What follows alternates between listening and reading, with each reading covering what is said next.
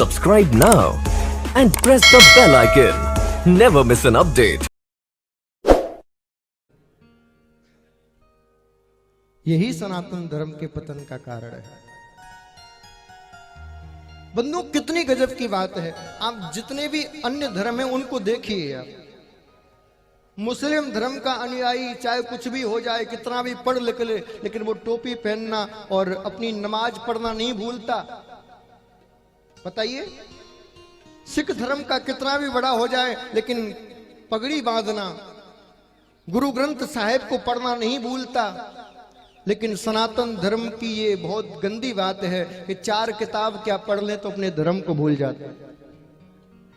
4 किताब पढ़ ले तो अपनी संस्कृति को भूल जाते हैं। फिर उनको चंदन लगाने में शर्म लगती है, कंठी पहनने में शर्म महसूस होती है, जनेऊ पहनना उनको झंझट लगता है। साहब 4 किताब पढ़ने मात्र से यही सनातन धर्म के पतन का कारण है।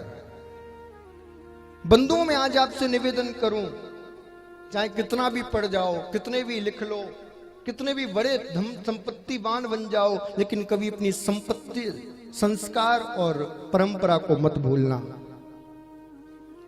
क्योंकि जो अपने संस्कारों को भूलता है, परंपरा को भूलता है, एक दिन संसार उसे भी भूल जाता है। आज हमारे मोदी जी को लोग क्यों मान रहे हैं? क्योंकि इतने बड़े पद पे रह के भी, देश विदेश में जाकर भी वो कुछ करते हैं तो अपनी देश की संस्कृति और सम्मान की कीर्ति बढ़ाते हैं। मुझे एक बात याद आई, किसी बड़े, शायद अमेरिका, मुझे सही नाम याद नहीं है, कि राष्ट्रपति से जब मोदी जी मिले, आज भी शायद राष्ट्रपति जी आए हुए हैं अमेरिका के, तो मोदी जी उनके लिए उपहार लेकर गए। आजकल किसी कोई व्यक्ति बड़े व्यक्ति से मिलने जाए तो बड़ा बड़ा उपहार लेके जाता है। मोदी जी उपहार लेकर गए, और उपहार में जानते हो क्या लेकर गए?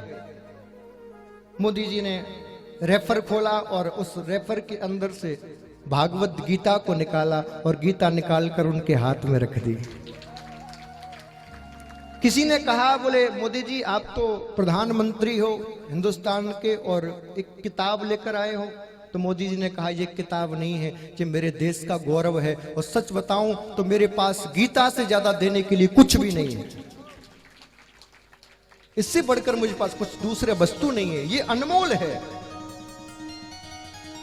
मैं तो आज आपसे निवेदन करूंगा कि आजकल शादी पार्टियों में खूब गिफ्ट बांटे जाते हैं। मैं तो निवेदन करूंगा, आप जब भी किसी शादी में जाओ, पार्टी में जाओ, तो कोई सामान्य उपहार लेके मत जाओ। कोई भागवत की, कोई गीता की, कोई पुस्तक लेके जाया करो। अरे एक बार भी उसने भूल से वो पुस्तक पढ़ ली तो उसका जीवन सुधर जाएगा। साहब पुस्तक दान करके आया करो।